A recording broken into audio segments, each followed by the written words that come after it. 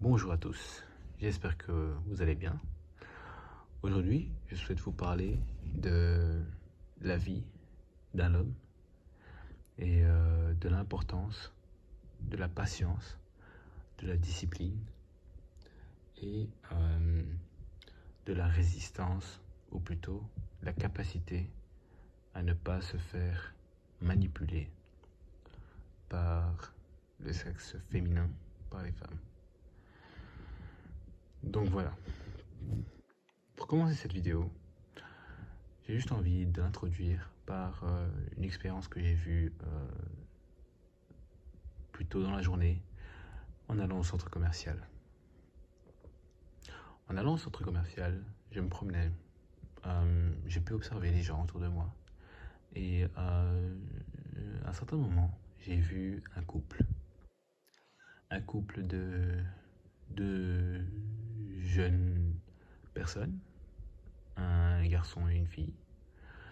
Le garçon était très très beau et devrait avoir dans la vingtaine, je pense peut-être entre 19 et 21 ans.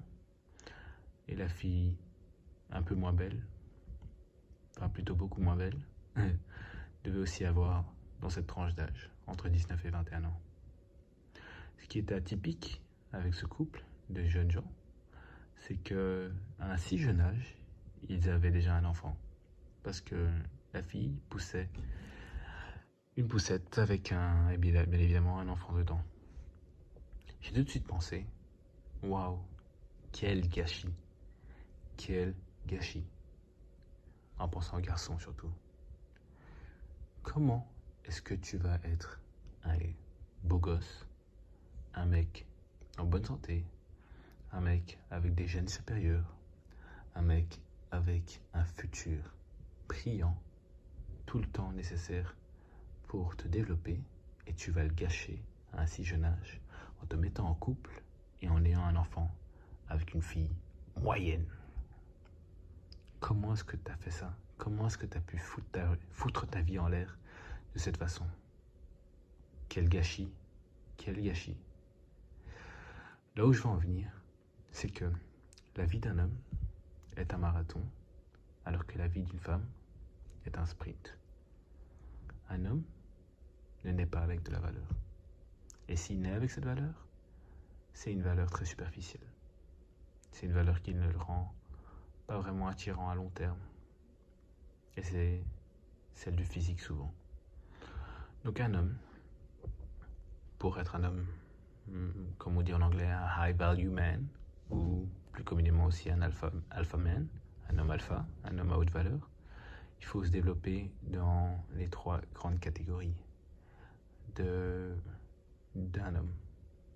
Donc le physique, l'argent et le statut. Looks, money and status. Ce sont des choses qui mettent du temps à développer. Ce sont des choses qui mettent des années et des années et des années à développer. Pour avoir un bon physique en tant qu'homme, c'est pas juste une question de se foutre du make-up sur le visage. C'est pas juste une question d'aller chez l'esthéticienne et d'aller se faire une nouvelle coiffure. C'est pas juste une question d'aller chez le chirurgien esthétique et se refaire le visage, se refaire le nez. Non, pour un homme, avoir un bon physique, il faut aller à la salle. Il faut aller au Basic Fit. Il faut aller au fitness park. Il faut aller s'entraîner. Il faut aller souffrir. Il faut aller faire des putains de squats, des putains de deadlift, des putains de développés couchés, des putains de développés militaires. Des choses qui cassent les couilles, qui font souffrir, qui demandent de l'effort, du temps, de la discipline, de la rigueur. Pour avoir un bon physique, pour avoir un physique esthétique en tout cas, c'est quelque chose qui se développe pas sur 5 mois, pas sur 1 an, mais sur plusieurs années, sur 4 ans. Ce gars-là n'avait pas le physique d'un homme, il avait encore le physique d'un enfant. Et c'est tout à fait normal, il est encore jeune. Il n'avait que 19 ans, il n'est encore qu'un enfant. Mais là est le problème. Pourquoi est-ce qu'à un si jeune âge, tu décides de cracher directement à l'intérieur d'une fille sans te protéger. Numéro 2, deuxième chose qui rend un homme attirant, c'est l'argent, l'indépendance financière. On a beau dire que les filles ont beau te dire qu'elles ne sont pas intéressées par l'argent, elles ne sont pas intéressées par les ressources, elles sont clairement intéressées par les ressources d'un homme. Clairement. C'est pas pour rien que toutes les filles veulent se marier avec un millionnaire. C'est pas pour rien que tout le monde veut. C'est pas pour rien qu'il existe des sugar daddy et pas des sugar mommy. Parce que les filles, elles aiment s'associer aux hommes riches. Et ça a été comme ça depuis tous les temps. La femme cherche la calorie, tandis que l'homme cherche le cul, le sexe. C'est aussi simple que ça. La femme cherche les ressources et l'homme cherche les ressources sexuelles. Elles vont pas te dire ça directement.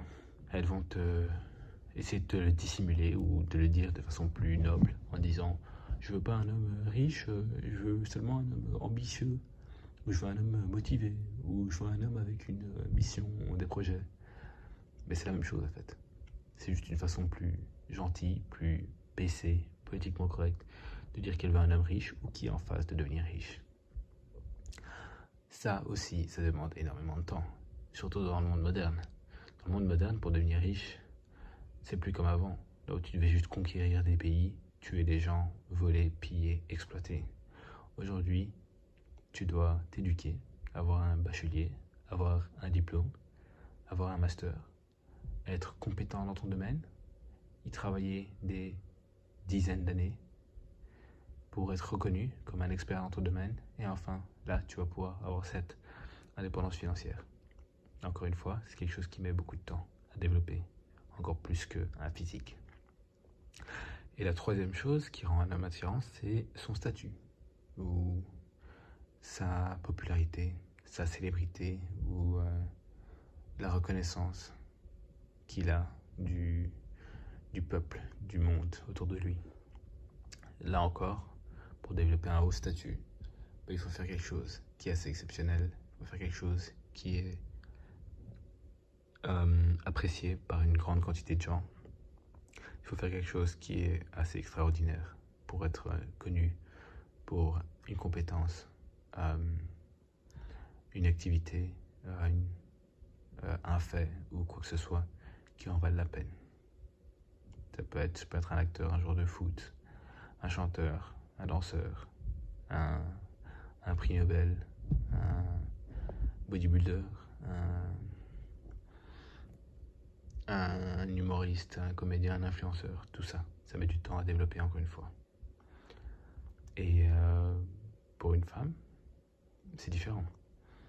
Une femme est clairement jugée sur son physique d'abord, et sa jeunesse, et sa féminité, et peut-être aussi sans doute sa fidélité. Ce sont des choses que les filles ont dès qu'elles ont 18 ans. À peine elles ont 18 ans, elles ont directement toute la valeur. Elles sont directement au maximum de leur valeur sexuelle, on va dire. Alors qu'un homme doit développer sa valeur sexuelle. Il ne naît pas avec sa valeur sexuelle. Quand je vois ce gars qui a seulement 19 ans et qui n'a encore rien développé de sa vie et qui s'est déjà mis en couple, et en plus de ça, il a eu un enfant avec la fille, c'est là où je me dis, quel gâchis. Si seulement il savait, si seulement on avait éduqué ce garçon sur la réalité des relations hommes-femmes et sur la psychologie évolutionnaire. Qu'est-ce qui rend un homme attirant et qu'est-ce qui rendait une femme attirante? Sans doute maintenant, ce garçon va devoir être obligé de trouver un travail de bas niveau, un travail d'ouvrier, un travail à faible valeur ajoutée. Pourquoi? Parce qu'il doit payer les factures, il doit directement grandir très vite, il doit directement pourvoir pour ce bébé. Évidemment, t'as un bébé, ta vie n'importe plus, c'est la vie du bébé qui passe en premier. Et t'inquiète pas que la femme, si tu commences à oublier que c'est la vie du bébé qui passe en premier, t'inquiète, t'auras ta femme pour te la rappeler. Et tout le temps, tous les jours. Jusqu'à ce que ce bébé s'indépendantise. Et aujourd'hui, j'ai la triste nouvelle à te dire que les enfants s'indépendantisent plus tardivement que jamais. Je dirais aux alentours de 25-30 ans. Donc, t'es bon pour le restant de ta vie, en fait. Et voilà. Je pense que vous avez compris ce que je voulais dire. Et je ne vais pas trop m'attarder. Je voulais juste vous dire que un homme a de la valeur que quand il la développe, que s'il travaille, sur son physique, sur son indépendance financière et sur son statut. Ce sont des choses qui mettent du temps. Et en général, la majorité des hommes atteignent ce potentiel, ce plein potentiel aux alentours de 35 ans, alors que les femmes l'atteignent à peine 18 ans, entre à peine 18 et 23 ans. Ce qui fait que pour un homme, se marier ou décider d'avoir des enfants ou décider de se caser n'est pas intéressant avant d'avoir maximisé son potentiel ou s'être rapproché du maximum de son potentiel. Si ce n'est pas le cas, alors je suis désolé de te dire, tu t'es fait baiser. Par contre, la fille, elle a gagné. Elle a un homme avec un haut potentiel, un haut matériel génétique et un homme qui est forcé de travailler pour lui fournir des ressources à elle et à son bébé pour le restant de sa vie pratiquement.